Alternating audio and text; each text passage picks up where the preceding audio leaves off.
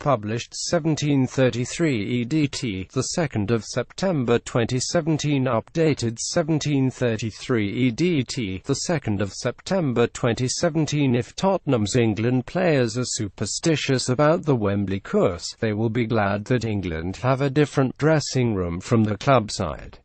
Dier, who uses the West dressing room with Spurs, will get changed in England's East dressing room against Slovakia tomorrow. He's won only once in 7 games at Wembley as a Spurs player, but has 4 wins and a draw with England. However, he has no misgivings about returning to a ground where Tottenham have lost to Chelsea and been held by Burnley this season.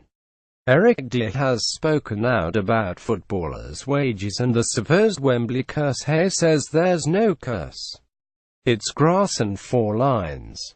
People want to jump on the Wembley thing with Spurs, but if you look at last season in the Champions League, we weren't in a good period as a team. Full stop. I thought we played extremely well against Chelsea, though we were beaten.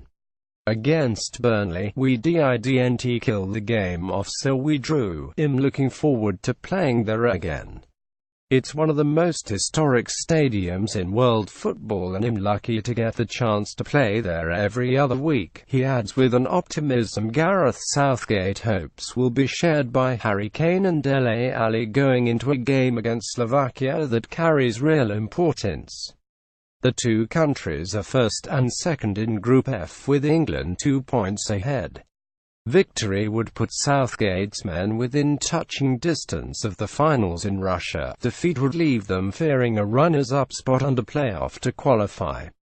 Dier was suspended for Friday's win in Malta but should return against Slovakia for his 20th cap.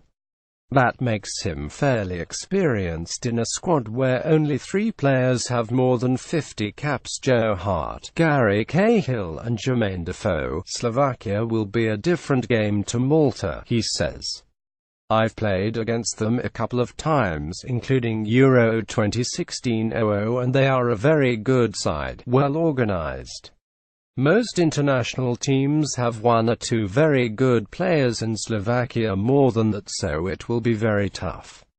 Dier is set to return to Wembley, the stadium where he has struggled with Tottenham. Wayne Rooney will be really missed.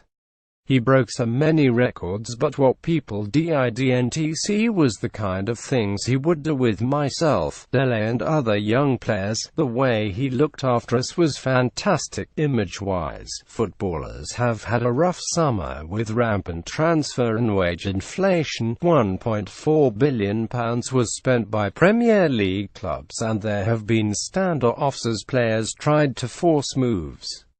Some who have made international appearances haven't yet played for the clubs this season. Dier, however, took a mature view when a mooted transfer to Manchester United failed to materialise. It's extremely important footballers try to carry ourselves in the right way, because millions of kids are looking up to us in a sense. I think every footballer takes that very seriously, and rightly so, he says. If you were to follow any 21-year-old or 22-year-old around for 6 months, I'm sure you'd see a lot of bad stuff. Everyone has to realize that at the end of the day we are just young boys. In football you are seen as being in the middle of your career at 25, but from a life point of view you are still young and are going to make mistakes. I think footballers in general as role models are really fantastic, and I will say that. For all the boys here, everyone carries themselves really well. I agree with something Jamie Carragher wrote last year along the lines that we are extremely gifted footballers, not gifted human beings. Dier believes footballers only compare themselves to the peers when it comes to earnings. Most England players are paid in a week what it took their parents years to earn. It's hard for supporters to comprehend situations like the one at Tottenham, where players on £100,000 a week or more reportedly feel undervalued. For someone in the football world, they're comparing themselves with people in the industry and judging wages from within the industry, as you would all probably judge yourselves. A tennis player would judge himself within his industry, a writer, a photographer, the same, explains Dier. It's not Ousmane Dembele's fault he is good at football and Barcelona are willing to pay £100 million for him. I'm not saying I agree with it, I'm just saying that's where the industry is at. It's a business really. If another sport was gaining the revenue that football is all over the world, those people would be earning similar amounts of money. Footballers have no say in that.